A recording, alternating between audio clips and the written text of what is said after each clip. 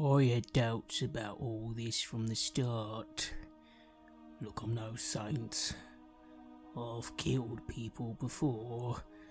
My family's not got what they are today, with clean hands. But these cultists, with them it's something else. I enjoy causing pain, enjoy hurting others. I have never enjoyed what I have to do. It simply has to be done. All to try and please Mother. But I've never been good enough for any of them, especially Amric. He's the reason I've got these scars, you know. He threw my favourite toy into the fireplace once when I was little. Said it's okay if you go and get it quickly, you'll be fine. I was afraid, of course, so he gave me a little push. Now, did he get punished for doing such a thing to his own flesh and blood? No. Mother told me it was my fault for letting him push me in the first place. Damn him. He's been trying for years to get me out of the picture. Looks like tonight he made his move. I was to go check on the income coming in. 4 of those damn cultist fools pulled knives on me. Managed to kill them all, but I got wounded, and that's when I ran into those warriors of justice, or whoever they are. I suppose I might not have got out if not for them. Still, I wish I could have clubbed that fella in the face who called me stupid. Everyone calls me stupid. Well, to hell with them all. I'm getting out of here. They can try their luck with Amric. Let him give them the answers they want. I have a feeling he won't give them anything. No longer my problem. This is Red Moon role-playing.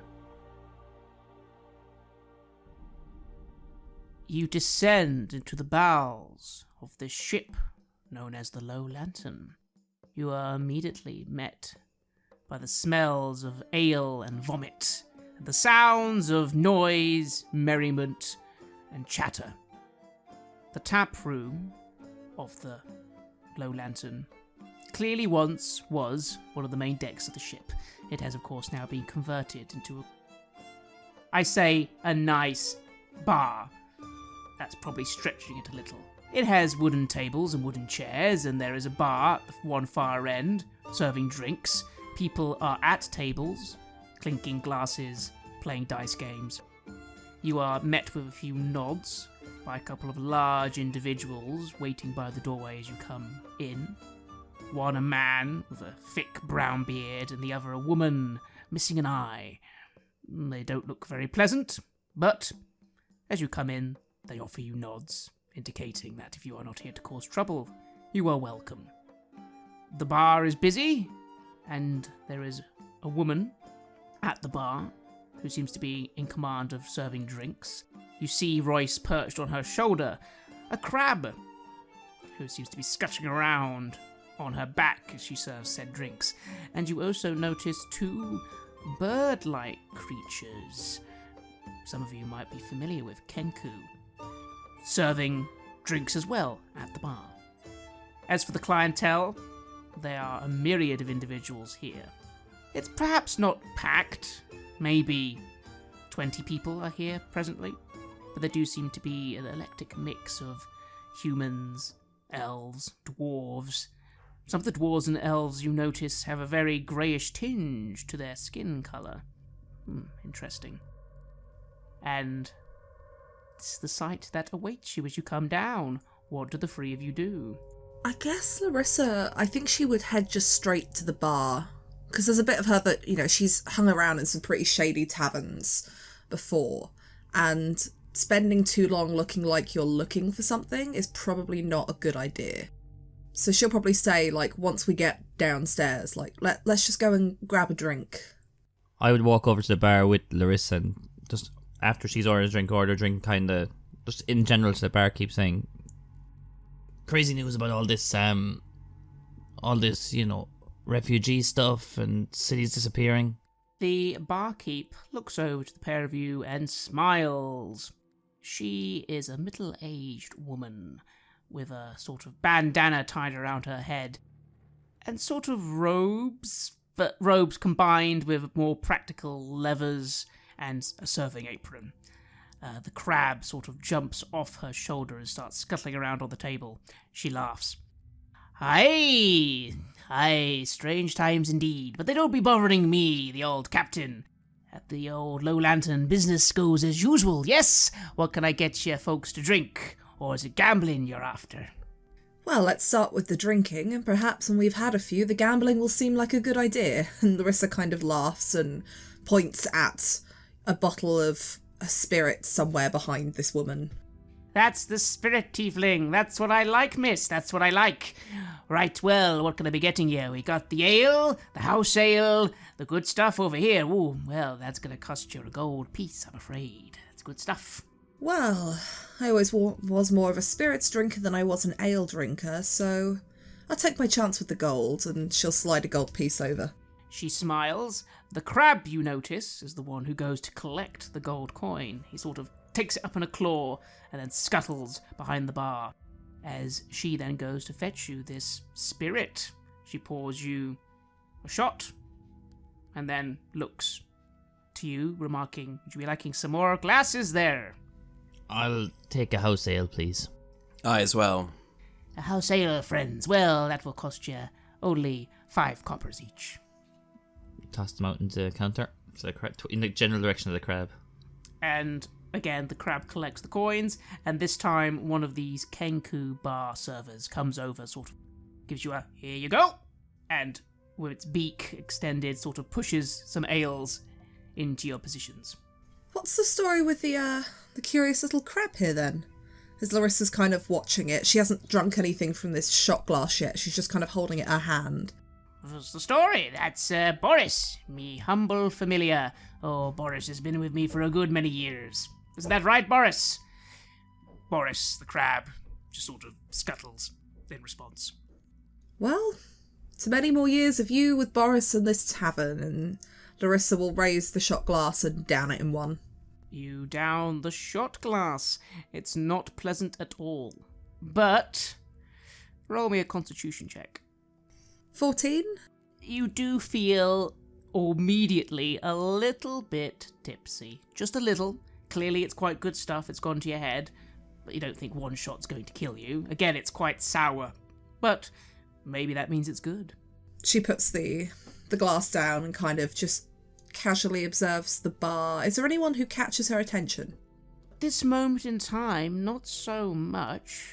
I mean, perhaps it is interesting to note that 2 of the elves, no, drow, yes, that's right, look identical. They must be twins. That's quite interesting. You guess they're currently playing a dice game with some people. It's also interesting to see Duragar present. They're not normally known for being on the surface, but when they do, they are not always welcome in many places. But here they are, again. Seem a little grouchy, one of them, but doesn't seem to be causing any problems. Again, other people around here do seem to be mainly gambling, drinking, chatting. Captain, I was hearing some rumours earlier on my way here, in the last tavern I was in. There was some kind of explosion in the city, apparently. Is this something to be worried about? Well, it's the first I be hearing about it. An explosion, you say? Where was that? I don't know. One of the districts. She'll turn to Lothar and say, "Can you remember the tavern we were in? The barmaid, she was talking about it. Could you remember where she said it was?" I'm trying to remember. Is there any district I could name here that would sort of put it in the right general direction? You do. You're pretty sure it was around the Heapside district. Must have been the Heapside district. Yeah, that sounds about right. Oh, you don't say. That sounds very interesting. Gods know you know what they say. In Baldur's Gate, never a dull night, eh? Probably some wizard causing some trouble, or some of those cults running round. Maybe it's even all these people from Eturiel, eh? Perhaps. And Larissa wants to see, as the captain has kind of repeated back, I imagine slightly loudly over the noise about an explosion, if anyone has turned to listen to this conversation with intent. No. You look around, and you are quite confident not a single person cares. At least in this vicinity. Royce, as you are listening to the conversation, your eyes notice a billboard behind the main bar. It has some advertisements on it. Maybe you're just bored or just curious. You are an alert fellow. You just start reading some of the billboard entries. There's someone asking for a bunch of skilled individuals for something planar. Come see Elmira, or Elmira, something like that. But that looks quite old. Probably that's been covered up by a few papers. There's one which reads, loans and employment opportunities to all seeking betterment. Come to the Low Lantern and inquire within. So just swigging the dregs of his ale. Captain, I'll have another ale. While you're getting that, what are these employment opportunities? And I point to the billboard. Huh? Oh, well, you know, people put them up all the time. I think that one's old. This one, she says, pointing to the one you'd be looking at. Yeah, what's this loans and employment opportunities? It says inquire within here. Oh, well, if you're interested, then you'll be going downstairs. Gentleman down there likes to conduct business, loans, opportunities for individuals looking for work, normally of the combative variety. Hang on a minute. She narrows her eyes a little as she stares at you. Do I know you from somewhere? You might. I've been around here before. The name's Royce. Royce St. John. Royce St. John? I do know you. You were, what was it? 10 years ago? 5 years ago? 10 years ago, wasn't it? You were down in Sea Tower, and it was the golden ring, I think they were calling it. You were in the finals, weren't you? I was. It was 10 years ago. It was a long time. What was it they called you? Royce the Saint, or Saint Royce, or something like that. Have I got it wrong? The Saint, yeah. Very good. You've a good memory, Captain. I do. After all, I lost 50 gold on you.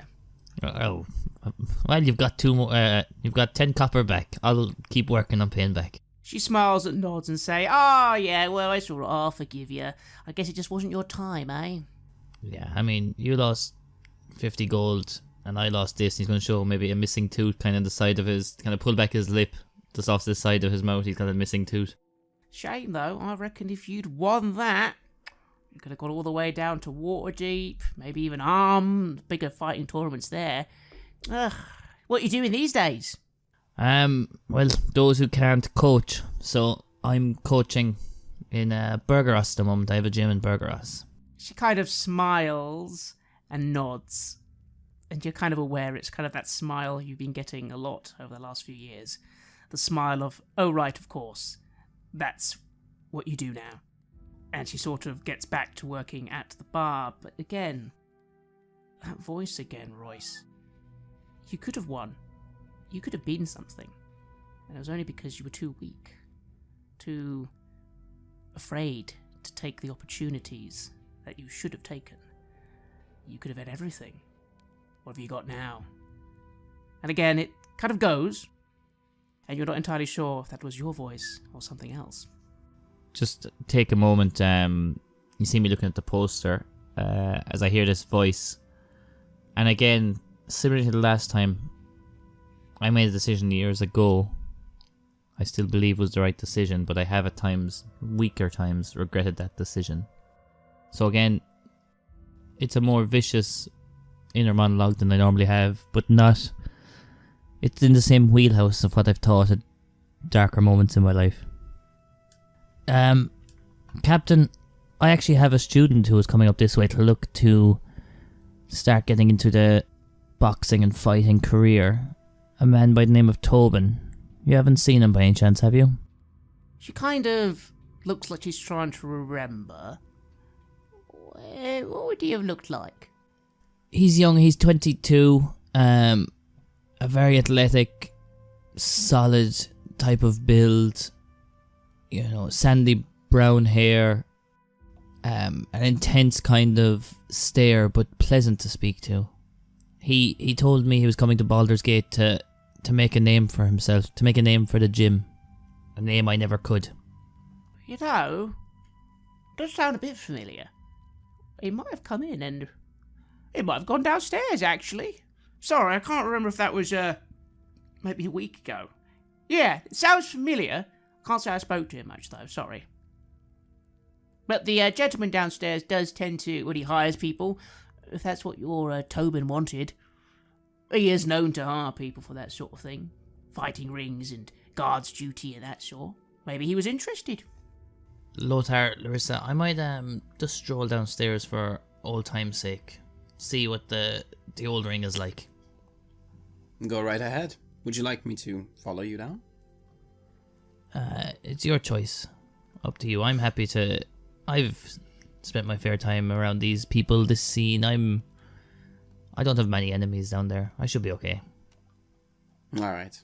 Well then, I wish you a nice stroll down memory lane. I'll pick up my the house ale, the second house ale I've ordered, and bring it with me as I walk downstairs.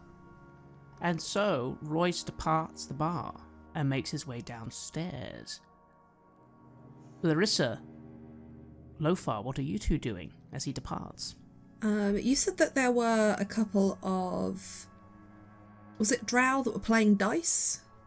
Yes. Yeah, Larissa likes a good game of dice, and she figures that getting into the thick of this crowd might help them seek out who they're looking for. People tend to get a little bit loose-lipped when they've had a few to drink and when they're gambling.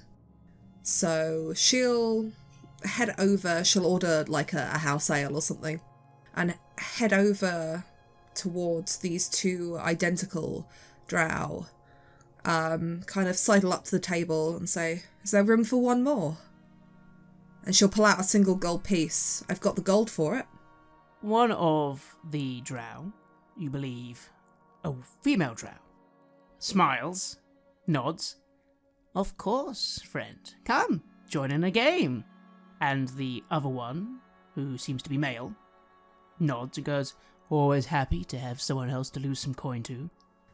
Larissa will sit down and she'll take out some coins to kind of stack in front of her, as is customary.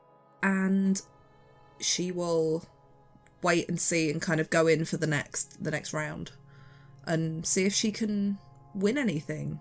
And you begin to play a little dice game with these two drow. You notice they are very friendly, very welcoming.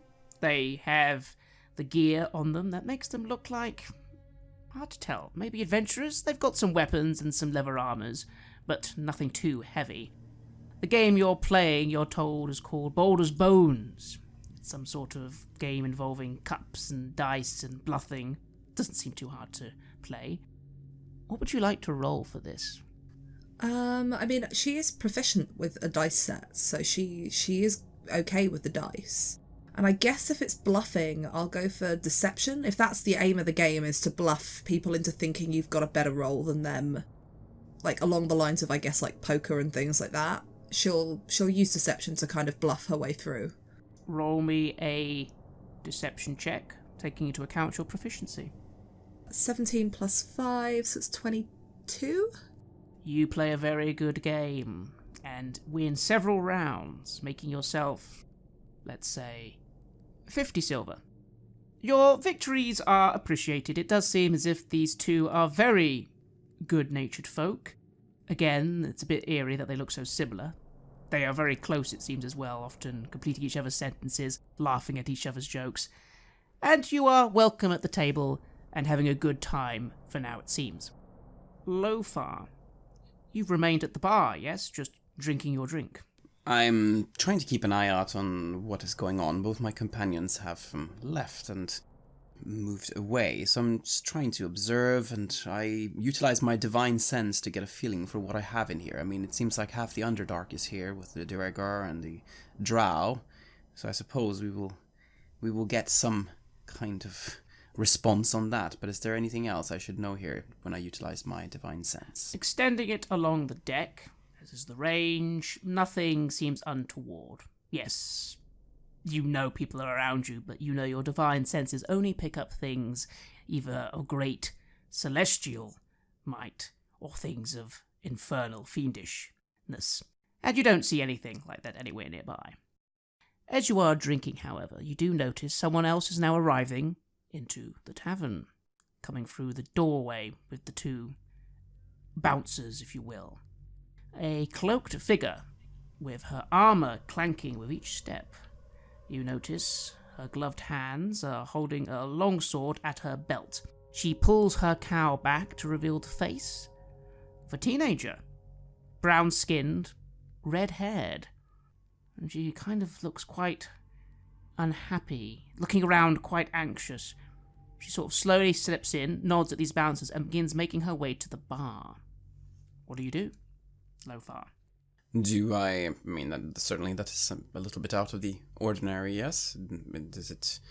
Have I seen anything like that? Is there any noble families that tend to wear armor in that way, or something along those lines? Not in this way, although you look to sort of the breastplate area, and you're pretty sure it looks like something's been scratched off or removed.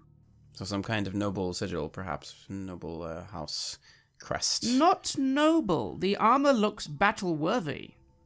If anything, this is more soldiery armor than a noble's armor. Would it perhaps have been a red sun? Then, does it remind me of the Hell Riders? Maybe. Yes. No. Hard to tell, but your mind does go along that track, and possibly yes. Well, she's come to the bar, so I try to first listen what she's doing as she moves up. The captain moves to greet this young lady. Hello, lady. How are you doing? You'll be wanting something to drink now. And the lady says, no, thank you. I was wondering if you could help me, good woman. I am looking for a man called Amric van Famper. I'm told he does business here. Hey, he does. You're probably wanting to go downstairs if you want to be looking for him, lass. And this woman sort of nods. What do? I allow her to, in that case, move. And now I actually know where Amric is, and that he is in fact the individual down below that Royce has probably been going towards. So yes, I will allow her to move ahead, and then I will follow her discreetly. If there's any guards or anyone else that came in with her, then I will try to not make it too obvious. Royce, you made your way downstairs, of course. As you made your way downstairs, you found yourself on the second level of this boat tavern. It seems this level has been cleared out quite a bit. There's space made for a lounge, a sort of little smaller bar down here. And as you look down to the sort of northern end of this boat, there is indeed a little spot with a good old-fashioned ring. A small one, laid out with a couple of stands around it. It's very small time, and there's no one here presently. A cupful from a few additional thuggish individuals loitering around. But you come down, and you see near the lounge area there's a man sort of having a nice leisurely drink. He has two people near him, a man and a woman, again, gruff, leather-armoured types. They're sitting in this sort of lounge area, and then you see a few people just hanging around the ring. It's quieter down here. So, from the people I've seen around the area, which of them would look like the man in charge the poster refers to? Is it the one sitting with the two people? Or would I get a sense of that from just the kind of atmosphere in the room and how people are addressing different individuals? I feel you'd get a sense of atmosphere that this man having a drink at a desk type thing in a lounge, it does look like that's his lounge in a way. You're familiar with these sort of people, the owners of things. And he has two people very close to him, implying maybe they're his bodyguards. That would seem to be your best bet for the person who maybe runs things down here. Again, it's late at night. Things are leisurely. There's no business being done now, you feel. I'm going to walk over in the direction of that man. Kind of as I'm approaching, try and catch his eye and just raise the glass to him and to start to speak of... hello, I'm in Baldur's Gate at the moment, and I'm just looking to make some connections, rekindle some old connections. The name's Royce St. John, and I run a gym. Hopefully planning on bringing a few prospects into the brawls in the coming months and years. One of these individuals, the bodyguards, a bouncer with tight red hair and a ponytail, steps forward straight away as soon as you start moving forwards, just sort of ready to block you. But then the man sitting down sort of ushers him away and says, "Oh, do come over, Mr. Royce, is it?" This man has long black hair, very nicely oiled. He has a thick beard and a stylized moustache. He is wearing very fancy sort of embroidered black leathers, giving him a very dashing look, if you will. And he's currently also wearing a cloak, very fine cloak indeed, as he sort of lounges in this sort of lounge desk area with a small glass of something in his hand. He smiles, it's a very unpleasant smile, as he says, "Ah, so how can I assist you? I don't normally do information selling, you know. I'm in the business of money lending, or employment, as it were." It's the employment that I'm looking for. The captain upstairs said you're always looking for fighters, or often looking for fighters, and I have a stable full of them back home. "Do you now? Interesting. What, you're looking to sell them, or hire them on?" I'm only their coach, and I'm equipping these men and women for fighting, and I want to make sure they're not falling into the wrong area where people will take advantage of them. I'm not there to sell them. I'm training them up for their own careers, but trying to help them out how I can. And I've had one of my former proteges come to Baldur's Gate in the last month or so. Maybe you've encountered him, a man named Tobin. Name rings a bell. Roddick, why does that name ring a bell? "Well, sir, I believe they hired a Tobin last week, didn't they?" "Oh, yes, there we go, yes. I suppose we hired him last week. There you go." You've hired him? He's fighting here soon? He's around? "On the contrary, my dear boy, we convinced him there are far greater things in this world than street fighting or even ring fighting. It's amusing, don't get me wrong, but there are greater things. No, he's been hired on as one of my family's guardsmen. Very high honor. He's going to go far, I'm sure. People do when they serve my family." Sorry, I didn't catch your name. Who is your family? I'm not from around the area. "Oh, Amric Van Thumper. I assure you it's a name you'll soon know very well if you're staying in our city for long." Of the Van Tumper family. I'm not from the area, but I've heard of the Van Tumpers. And a kind of slight bow of the head. Just very nice to meet you, Mr. Amric. "Oh, why, the pleasure is all mine, my dear boy. The pleasure is all mine." "Good. Yeah, you can tell the bowing. He loved that. That was a very good thing. He's very pleased." As, a wave of, not quite panic, but that shot of adrenaline that Royce is used to when he was going into a fight suddenly floods his body. I'd love to meet Tobin, my old student. He was one of the finest young fighters I've ever seen and ever coached in my time as a fighter or coach. If you could arrange a meeting with him, I'd be forever in your debt. I don't know why I'd be arranging any meetings for anyone for free, my dear man. And he is quite busy these days. I suppose, though, well, I tell you what, money doesn't mean much to me, but I'm always in the business of favors. Go on. You say you were a fighter once? Once a fighter, always a fighter, yes? I do have some games coming up next week, isn't that right, Coat? You see the Fug look quite irritated. You've noticed he's used a completely different name. The Fug is aware of the name difference there and looks annoyed, but doesn't say anything. Yes, Coat, was it next week? Yes, my lord, yes, it would be next week. Well, I'll tell you what, you come back next week. Maybe I put some coin down on you. You don't have any qualms about throwing games, do you, when you need to? I do, actually. Oh. It's not something I plan to do. Look, while I appreciate the offer, and I would dearly like to see my my former student not at the integrity of my career. There's still people in this town that may or may not remember me as a fighter, and I don't want to sully what little reputation I have. He wrinkles his nose a little and nods. Very well then.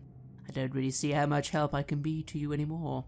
Maybe if you are in the high city at some point, you can come by the house and say hello. He laughs, and the other two join in the laughter at this joke he's made. Thank you very much. Look, I just wanted to come back to an old stomping ground and see what it was like. Didn't expect to meet one of the Van Thumpers. With pleasure, my lord. And I'm going to rejoin my friends upstairs. As I kind of turn to hit the stairs back up... as I turn to hit the stairs back up to the bar, I'm going to try and catch the eye of the henchman or bouncer that he's called different names. And just linger on it, like eye contact for a second, just to see. He seemed frustrated by working for this guy. Just to kind of see if I can get some sort of connection with him and that maybe he might meet me in the bar afterwards. If not, I'll continue on upstairs anyway. You give him a look, and to be honest, he just returns the look of a man who's clearly hired to do a job. He's not going to talk to you about his frustrations unless you pay him an awful lot of money. You know the type.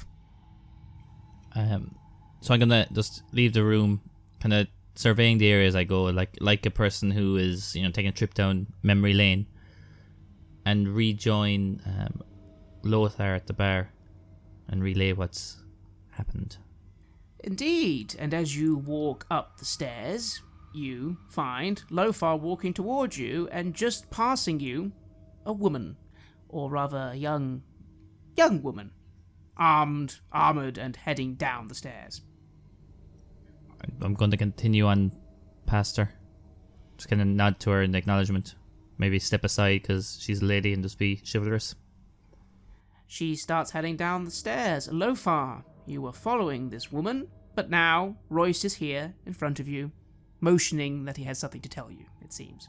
And Larissa, again, you will look over and notice Lothar and Royce mingling around. She notices that they're coming back from downstairs, because the last she looked, they were split between the two.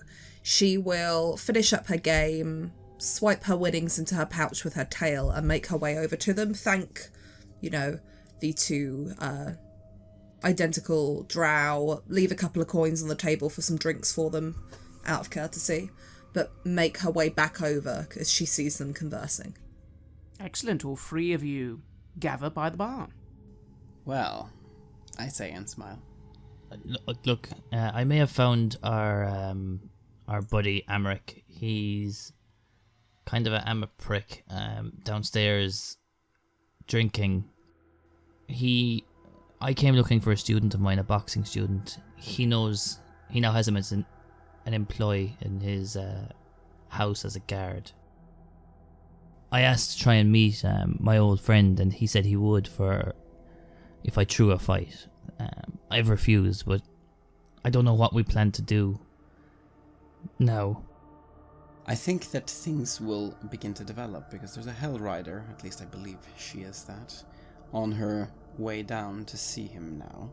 I think it might be a good idea to follow and see what happens. It may turn ugly quite quickly. I might have an idea. He knows I was a fighter and I came down to kind of see the old stomping ground, the old ring, and I said I was going back upstairs to meet my friends. Maybe we don't join their conversation, but you follow my lead. We go down under pretense of me showing and telling old stories and war stories and walking you around the ring. Maybe Larissa, you can get sight of this Hellrider and figure out what they're talking about. Can Larissa very quickly go to the bar and when she get the captain's attention and say, "Out of interest, Captain, do you have rooms available here?" Well, we do, my dear. I can't say that'd be fitting for you free.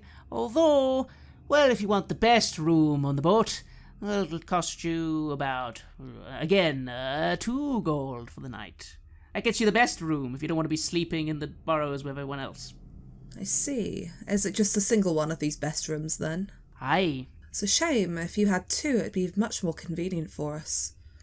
It would, me dear. Well, you're welcome to build me more boat. I do have to ask, the gentleman downstairs, my friends were telling me he employs people. Aye, that's right. Mr. Amric van Famper. Yes, I've heard of the family. Does he take up residence here as well, or...? Oh my, yes, of course. Lord Amric van Famper be taking up residence on my boat.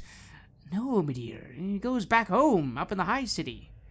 Fancy mansion and all that, yes? I'm more new to the area, but I've heard stories.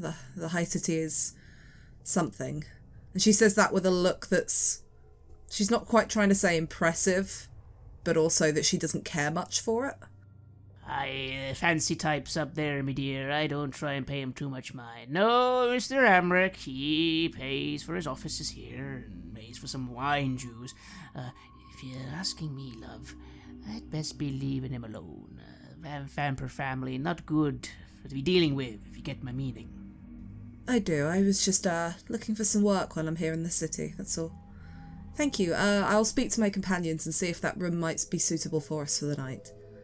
Wonderful. 2 gold then. That'll be the room on the bottom deck. It's the only real room. Just walk past the people sleeping in the alcoves. It's the one with a door.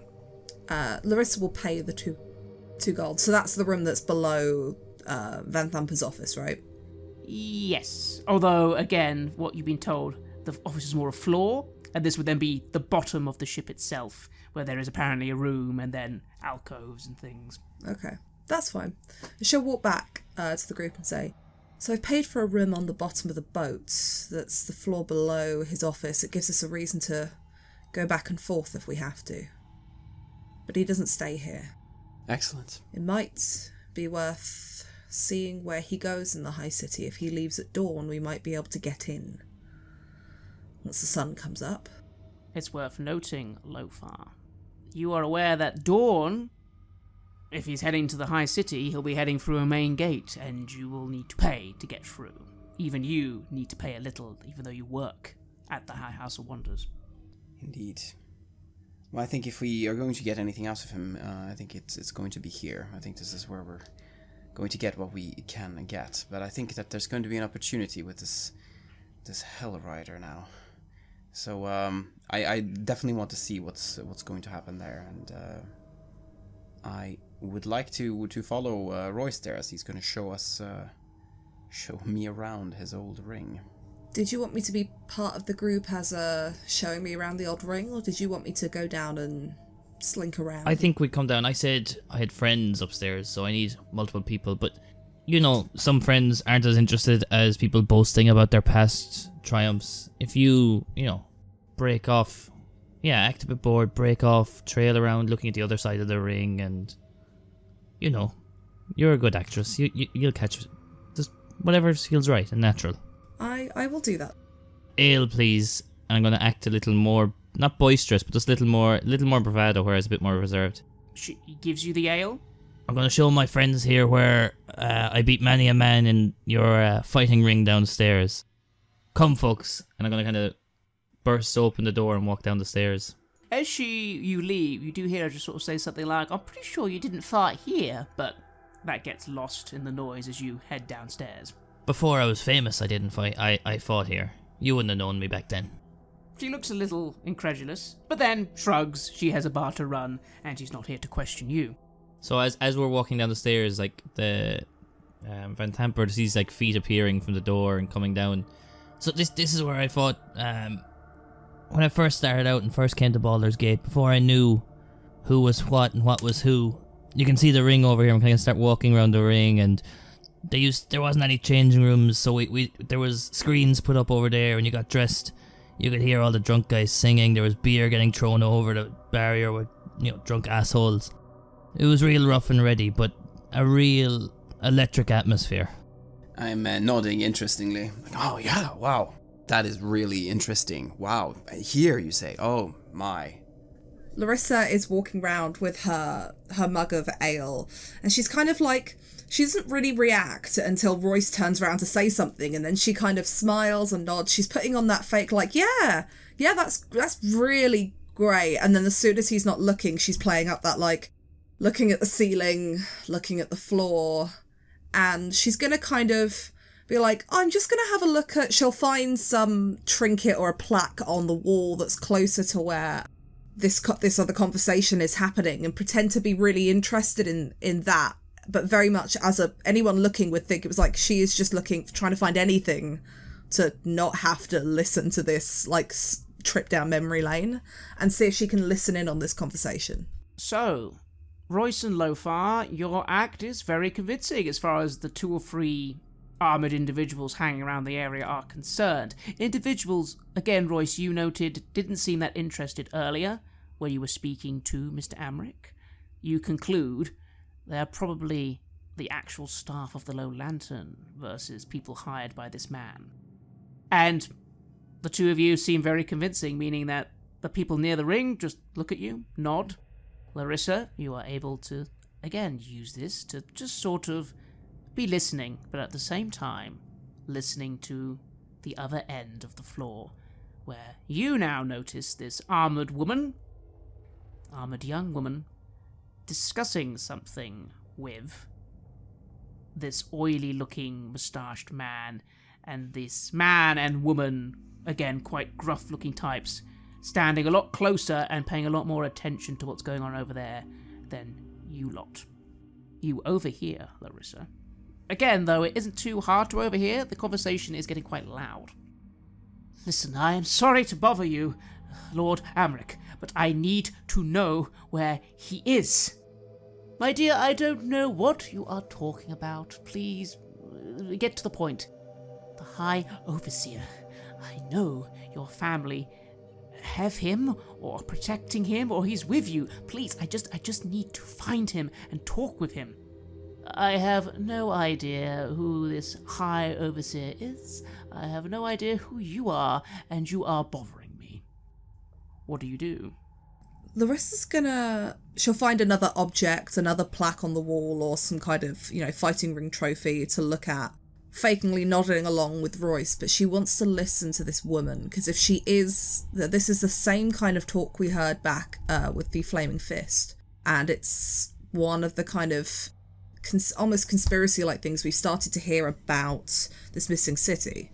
So she's interested in this woman's argument and request. The conversation continues. Listen, it's vital that I find him. Listen, I'm not with the Flaming Fist. Those brutes are awful people. We know that he was last seen with some guardsman with your sigil, the Vamper sigil. Please, just, we need him. We need to find him. My dear, I'm afraid you have been gravely misinformed, and not a friend of the Flaming Fist, are we? Well, I'm a very law-abiding, respectful individual, so if you don't want any trouble, you should probably be leaving. And if I hear this, I'm just starting to feel that this is the opportunity. This is the opportunity to get the truth out. Now that she is also here, putting pressure on him. So I shall move. I shall just nod to my companions, and I shall move up next to this woman, and just look at Amric. You kind of move over. Everyone kind of looks at you, including this woman. She looks surprised. The bodyguards look apprehensive, and then Amric, this mustachioed fellow just goes, "Oh yes, what now? I'm busy." You're Amric, yes? Van Thamper? "Well observed." You see, we met your brother earlier tonight. He was leading a group of death cultists, and it seems like you're trying to take power in this city. What's going on here? I say with an incredulous look, and then I just look at this other woman next to me as well. The young lady looks a bit agitated. You notice she was slowly reaching down to her sword, but she'd kind of stopped as you came over. Amric takes a drink and sort of looks at you very confused. Slow down, my dear. What is it? A Gond. Yeah, yes, I recognize the symbol. Pardon me, Mortlock. Little Mortlock is running round with deaf cultists, and he's trying to make a play for power. Is that what you're saying? Now, I believe that you and your family are you not? So, we are in this little enclosed space here, are we not? And you are being asked questions by this nice lady here, and you're not answering them. And I think it's time for you to begin answering some questions now, and to tell us what's really going on. Because we really don't have any time to spare. Oh, I see. Or how about I have my two friends here cave your face in, throw you out into the river, and then if you continue to pester me, I'll have the Watch arrest you for assaulting or threatening a Patriar of Baldur's Gate. I'm guessing you must work at the High House of Wonders, yes? Well, we can certainly soon see about you losing your job and income. Do you have a family? And I begin making a move for my Warhammer, and I'm getting ready to take this violent if that's what it takes. Larissa will step in here, and she'll come over with a worried look and say, I think perhaps my friend, Mr. Van Thamper, has had a bit to drink. He just doesn't like to see people edging around questions, that's all. I apologise if you'd like us to leave. He smiles, sits down. He seems very relaxed. His two bodyguards, on the other hand, look very anxious, ready to draw their weapons as soon as they saw you reaching for yours. Okay, listen, I see that you're... I'll make this very simple. Mortlock, you say. Mortlock is a cretin, a fool, and a monster. Are you telling me he's been involved in some ne'er-do-wells? Well, that doesn't surprise me. Perhaps this is his latest scheme to bring dishonor and misery upon my family. The man is a beast, you can tell, after all. Look at that face of his. It sounds to me, my dear. What did you say your name was, brave Gondsman? I didn't. Ah, clever. So Mortlock spun you a little story that you've believed. Where is Mortlock? He's not here anymore. Does that mean that you just let him go after this story? Loyal guardsman of the city, or whoever you are? Sounds to me like you caught my brother doing something bad. He tricked you all like fools, and now he's off and you're here bothering me. Does that sound right, tiefling? I honestly couldn't tell you. I haven't known my compatriots here very long. They were just helping me get out of a spot of bother in the city. They are good men, though. And if she can, while she's saying this, she wants to catch the eye of the young woman and very quickly kind of give her a look and then to the stairs, almost as if to signal, like, leave with me. The woman catches the look. She seems to be assessing what's going on. She's listening very intently to what you're saying, Lofar. Amric continues. Listen, first of all, isn't the Temple of Gond mostly concerned with wealth and trinkets? He snaps his fingers, and one of the bodyguards hands him a purse. First of all, I am indeed Amric Van Thamper of the Van Thamper family. That's Duke Falmar Van Thamper, soon to be the Grand Duke of Baldur's Gate. Are we making a power play? Well, of course we are. It's Baldur's Gate, my dear guardsman. Soon, someone needs to take the place of Duke Alder Ravengard. He's gone missing, don't you know? Whole city, awful kerfuffle. My mother's going to sort that all out. Now, if you want to continue with your inquests of annoyance, you can, or you can take this 100 gold here and go away. Stop bothering me. You're welcome to take up any complaints you have about the government running the city at your own leisure. And I apologize for Mortlock. What's that, though? Running a death cult? Well, hopefully this will finally be the proof Mother needs to have him absconded from the family. Thank you, I've been meaning to try that for some time. Larissa will smile and say, I think we're finished up down here and perhaps we should let the good Lord get back to enjoying his wine. And will start heading up the stairs in the hopes that this woman follows her. Royce, what were you doing while all this was going on? Seemed like a heated conversation. Larissa seems to, though, be deflating it. I think as I'd seen Lothar kind of break away from my... You said it was an act, but I've definitely told stories similar to this for the last 10 years since I've retired. So I'm going to be there, like it's obvious they're my friends, but I'm not going to really contribute, just listen. Similar to what the Hellrider lady's doing. You would notice that while this has been going on, the two bodyguards have been looking quite anxious, but the ones near you, they've been watching, but they do not seem remotely as interested. They seem like they are observing what's going on, but they haven't reached for their weapons, and they haven't made any moves to move over in that area, if there was a fight, for example, about to break out. I'm just going to take note of that. Lothar's bluntness has taken Royce by surprise, and I don't know. I'm kind of alert to what may be happening, like you said, looking out to see how guards are going to move, ready to step into a fight if it happens, but not going to contribute to the conversation. The woman is looking at Larissa. She sort of is backing away. She says, I suppose maybe I was mistaken, and I do apologize for wasting your time.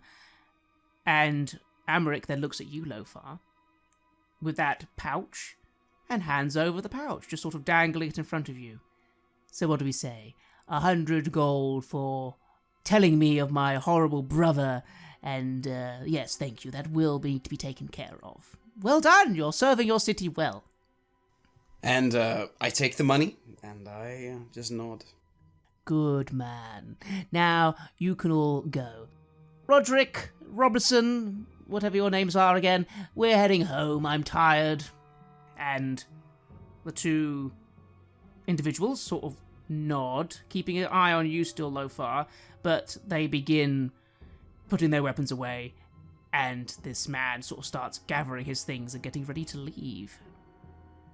Meanwhile, the woman sort of leans towards you, Larissa and Lothar, and is like, who are you people? Upstairs. And Larissa will kind of tap her, but just go upstairs to the tavern.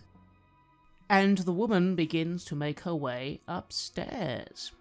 Lothar, how are you feeling? A little voice in your head just says, all you have to do is get out that warhammer and start swinging. Kill this fool. Kill them all. You've done it before. Why is this different? Well, I am different. I am different, and that's why it will not end that way this time. I don't exactly know what I had expected to have happen, but whatever it was, it didn't happen the way I thought. Well, it will at least trigger a reaction. It will be interesting to see what he does with this information that he's just been given. And I begin moving out. Royce, your two friends have started moving away. You notice this Amaric fellow and his goons are getting ready to leave the tavern. They haven't left yet. What do you do? Just as they walk past me, I'm going to just nod to Amaric again and say, just send Tobin my regards and follow them out. And all three of you begin making your way upstairs once more. This Amaric fellow just eyeing the exit for a moment, frowning to himself and then patting himself down and getting ready to move homewards, it seems. And all three of you return upstairs with this woman looking at you quizzically and confused.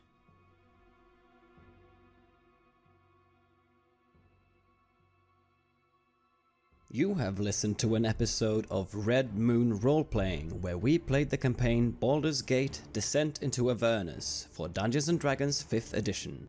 We were joined by Virginia Page, who is Tabletop Horde on Twitter, and Owen Fáilbhe from the How We Roll podcast. We would like to extend our thanks to our friends at Wizards of the Coast for all their support in getting us the material early and for helping more people discover the show. The music was made by Halgrath, Aegis Sonus, Atrium Carceri and Herbst9 and was used with permission from their label Cryochamber. Check out their website at cryochamber.bandcamp.com or their YouTube channel for some moody, dark ambient. We also used the soundtrack to Baldur's Gate 1 and 2 by Michael Honig and to Planescape Torment by Mark Morgan, and permission for this was given by the awesome people at Beamdog. Check out the enhanced editions of those classic games for some of the best D&D adventures ever created. If you want to support our work, please check us out on Patreon. You can get access to bonus campaigns for Cult, Divinity Lost, and Coriolis there, as well as get early and raw access to all of our recordings. More importantly, that support is what keeps the show going, so please do consider becoming one of our beloved Patreons. Thank you again for listening, and see you soon again.